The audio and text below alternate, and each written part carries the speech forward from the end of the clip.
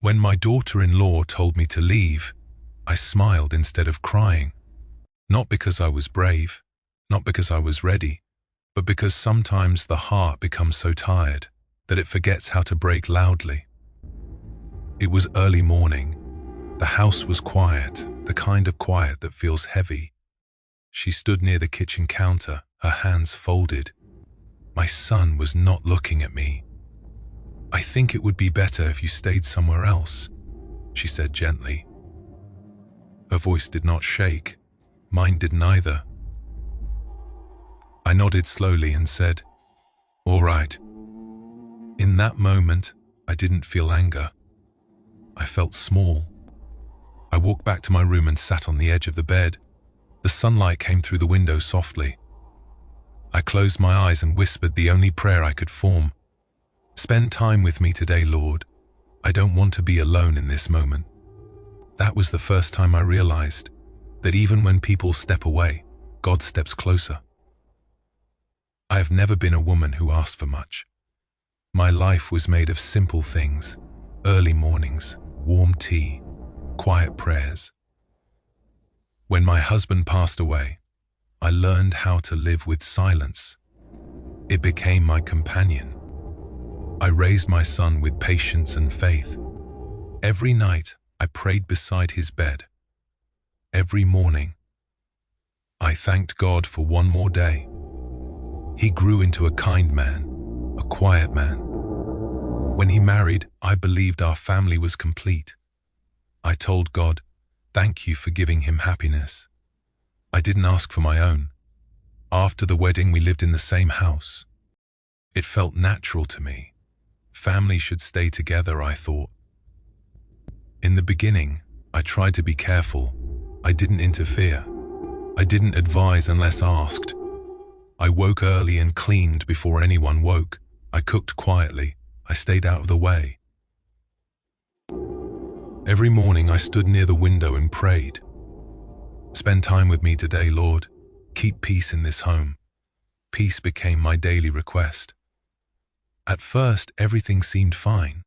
Then small things began to change. She stopped sitting with me in the evenings. Her smiles became short. Her words became careful. My son came home tired more often, not just from work, from something deeper. I noticed the silence growing between us. Still, I told myself, this is normal. They're building their life. I didn't want to be in the way. At night, when the house slept, I stayed awake. I listened to the sound of breathing through the walls, to doors opening and closing.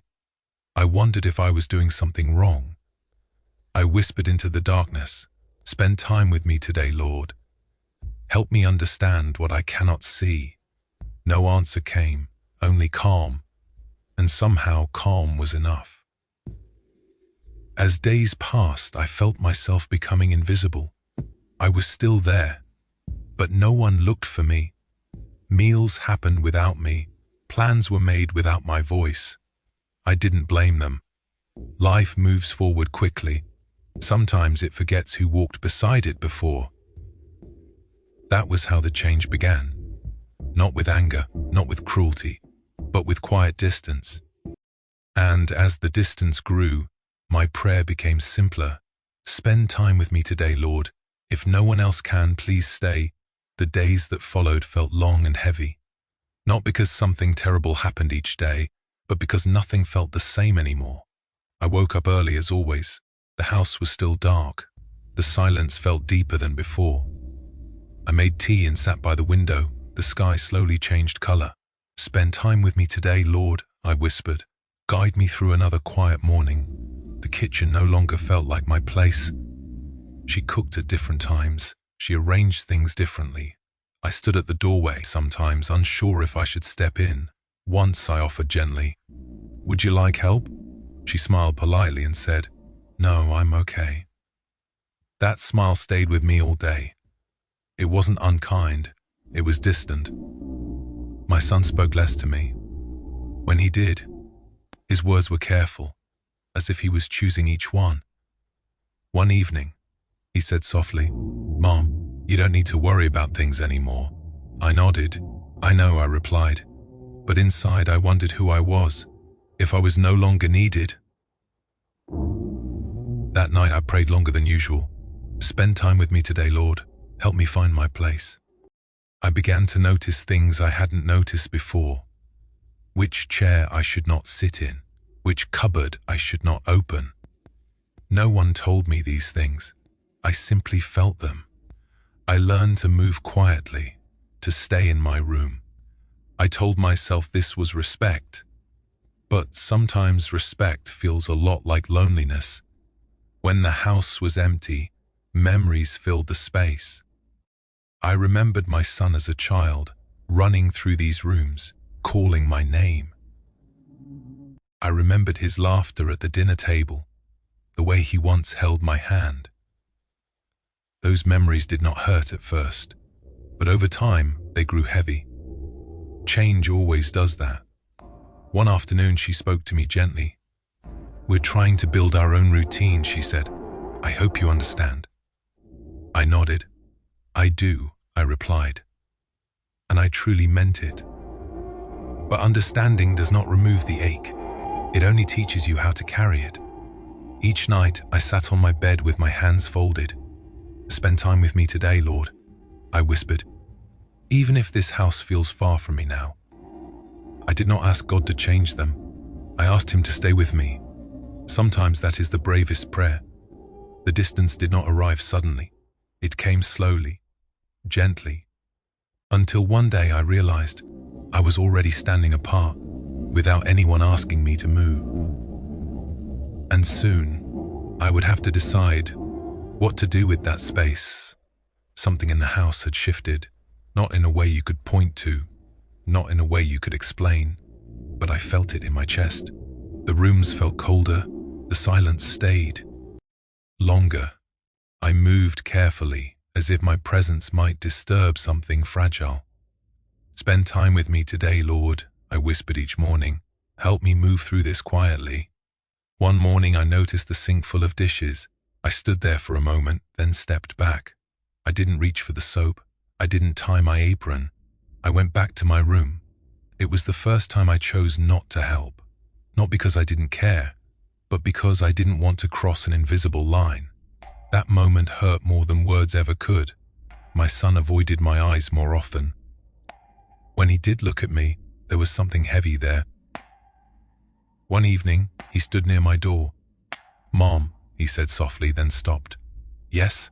I replied. He sighed and shook his head. "Nothing," he said. "Just rest." I smiled. "I will," I said. But rest does not come easily. When your heart is unsettled, there is a quiet pain that comes when you realize your care is no longer required. I had spent years being useful, being present, being needed. Now I felt like a shadow, still there, but unnoticed. That night, I asked God something new. "Spend time with me today, Lord. If I am no longer needed here, tell me where I belong." Sometimes I heard whispers behind closed doors. Not angry, just serious. I never stood close enough to hear clearly. I didn't want to know, but hearing my name spoken softly was enough to tighten my chest. I returned to my room and sat quietly. "I place this in your hands," I whispered. "Stay with me, Lord." One afternoon, I watched them leave together, laughing lightly, talking freely. The door closed behind them. I stood alone in the living room. That was when I understood. Their life was moving forward, and I was standing still. It wasn't cruel, it was natural, but it still hurt. That night I lay awake. I didn't cry. I didn't pray out loud. I simply listened to my thoughts. I realized something gently. Staying might slowly turn love into bitterness. Leaving might protect what love remained. "Spend time with me today, Lord," I whispered. "Help me choose peace." And in that quiet moment, the idea of leaving stopped feeling like failure. Some decisions do not come from anger. They come from clarity. And when clarity arrives, you must listen. I didn't know when I would leave. I didn't know where I would go. I only knew God was asking me to trust Him with the next step. That morning felt heavier than the others, not because anything unusual happened, but because my heart already knew. I woke before dawn and sat on the edge of my bed. The house was quiet, but not peaceful. I folded my hands and whispered, "Spend time with me today, Lord." I feel something changing. I stayed there for a long time, listening to my own breathing. Later that morning, she asked to speak with me. Her voice was calm, careful. My son stood nearby, silent. "We've been thinking," she said, "and we believe it would be better if you stayed somewhere else for a while." Words landed softly, but they carried weight. I looked at my son. He didn't speak. He didn't look up. That silence told me everything. I expected tears. I expected anger, but neither came. Instead, a strange calm filled me. "All right," I said gently, "if that's what you feel is best." She looked relieved. My son looked broken. In that moment, I realized something important. The decision was not sudden. It had been forming for a long time. I wanted to remind them of everything. The years of care, the prayers, the quiet sacrifices. But love is not a list, and faith does not demand recognition. So I said nothing more. Inside I whispered, "Spend time with me today, Lord. Help me hold my dignity." I went to my room and picked up my bag. It was already packed. That surprised me, not because I had planned to leave that day, but because my heart had been preparing long before my mind accepted it. I placed my prayer book on top. I touched it gently. "This is enough," I whispered. I walked slowly toward the door. Each step felt like leaving a piece of myself behind. No one stopped me. No one said goodbye. I paused at the door and looked around one last time. The walls held memories, laughter, tears, years of life. "Spend time with me today, Lord," I whispered, as I step into the unknown. Then I opened the door and walked out. The air outside felt cold and clean. I pulled my shawl around my shoulders. With every step away from the house, my chest tightened and loosened at the same time. Tightened from loss, loosened from relief. Sometimes leaving is painful because staying hurts more. That night I stayed in a small, quiet room offered by a relative. The room was simple: a bed, a chair, a window. I placed my bag down and sat on the bed. "I am here," I whispered, "and you are with me." I knelt and prayed slowly. "Spend time with me today, Lord, even here, especially here." For the first time in weeks, sleep came gently. The pain didn't come immediately. It waited. It arrived in small moments. When I reached for my phone and remembered no one was expecting me. When I made tea and realized I was making it only for myself. When night fell and the silence felt too wide, I let the pain sit beside me. "I give this to you," I whispered. "Stay with me in it."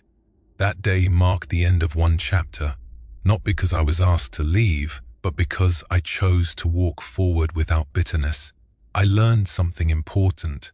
Being removed from a place does not mean you are removed from God's care.